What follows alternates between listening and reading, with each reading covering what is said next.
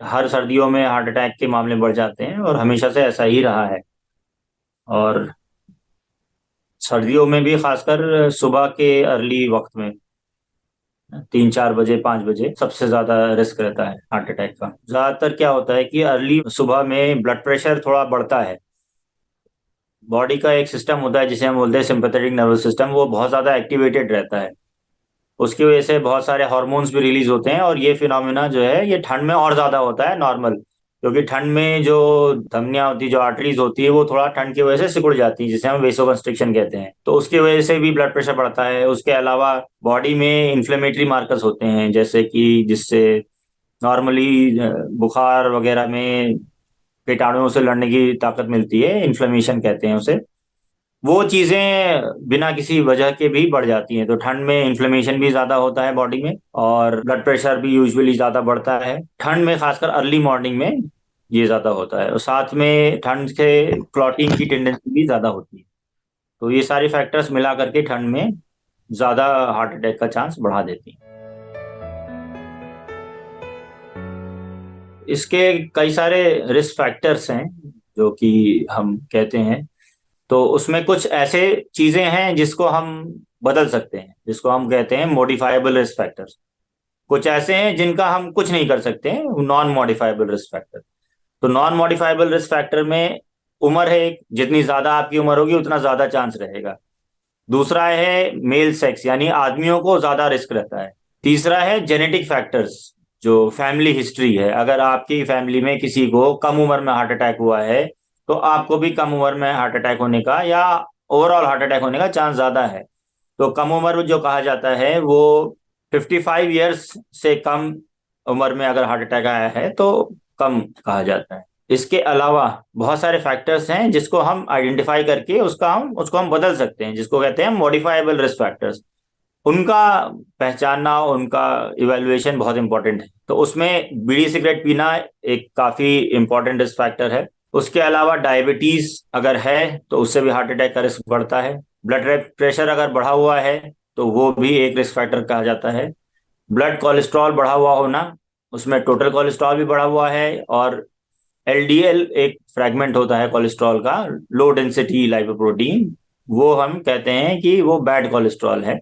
तो वो बढ़ा हुआ है तो वो भी रिस्क फैक्टर है। और एक गुड कोलेस्ट्रॉल भी बोला जाता है जो कि एचडीएल कोलेस्ट्रॉल होता है। तो एचडीएल कोलेस्ट्रॉल अगर कम है तो वो भी रिस्क फैक्टर है। तो एचडीएल कम होना, एलडीएल ज्यादा होना और टोटल कोलेस्ट्रॉल बहुत बढ़ा हुआ होना, तो कोलेस्ट्रॉल की गड़बड़ी तो हम डिसलिपिडीमिया कहते हैं कि अगर ये है तो ये भी एक रिस्क फैक्टर होता है। उसके अलावा अगर आपके खाने पीने में फ्रेश फ्रूट्स वेजिटेबल नट्स नहीं है तो वो भी एक रिस्क फैक्टर माना जाता है। नट्स मतलब कि बादाम, ये सारी चीजें जो हैं ये हेल्दी होती हैं। और बहुत ज्यादा रेड और प्रोसेस्ड मीट अगर आपके है खाने में तो वो भी एक रिस्क फैक्टर है। तो कुछ चीजें आप खा रहे हैं तो रिस्क फैक्टर है, कुछ चीजें नहीं खा रहे हैं तो रिस्क फैक्टर है। उसके अलावा अगर आप बहुत ज्यादा शराब पी रहे हैं तो वो भी अपने आप में रिस्क फैक्टर है। जिन लोगों को रिस्क फैक्टर्स जितने ज्यादा हैं उनको और ज्यादा प्रिकॉशन लेना है। ठीक है, जैसे कि आपको अगर कोलेस्ट्रॉल का टेस्ट कभी नहीं हुआ है तो आपको करा लेना चाहिए। स्पेशली 30 से 40 साल की उम्र में सबको करा लेना चाहिए। लेकिन जिनको बाकी रिस्क फैक्टर्स हैं, घर में काफी लोगों को हार्ट अटैक आया है, और उनको और जल्दी स्क्रीनिंग होनी चाहिए कोलेस्ट्रॉल की। क्योंकि ये जो प्रोसेस होता है हार्ट अटैक का, ये शुरुआत हो जाती है जब इंसान 10-15 साल का होता है तभी से।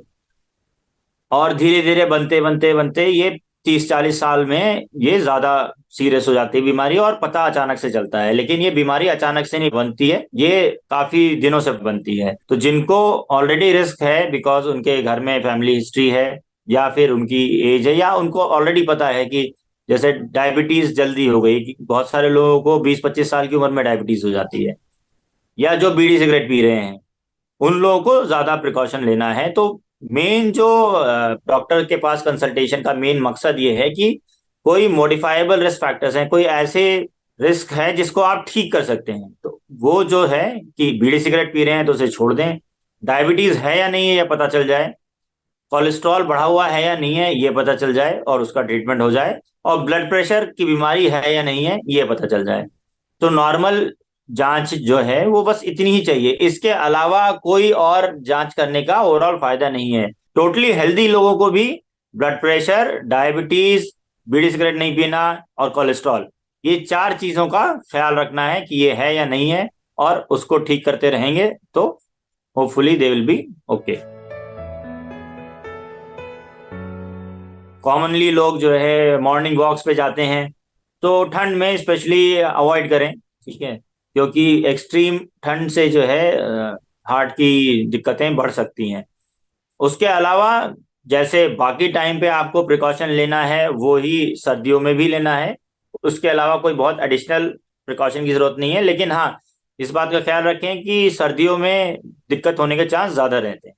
तो जिनको ऑलरेडी हार्ट अटैक आया है या जिनको डायबिटीज है, तो वो अपना रेगुलर चेकअप अपने डॉक्टर साहब से कराते रहें, ताकि अगर कोई दिक्कत हो रही है तो वो जल्दी आइडेंटिफाई होकर के ट्रीट कर सकें।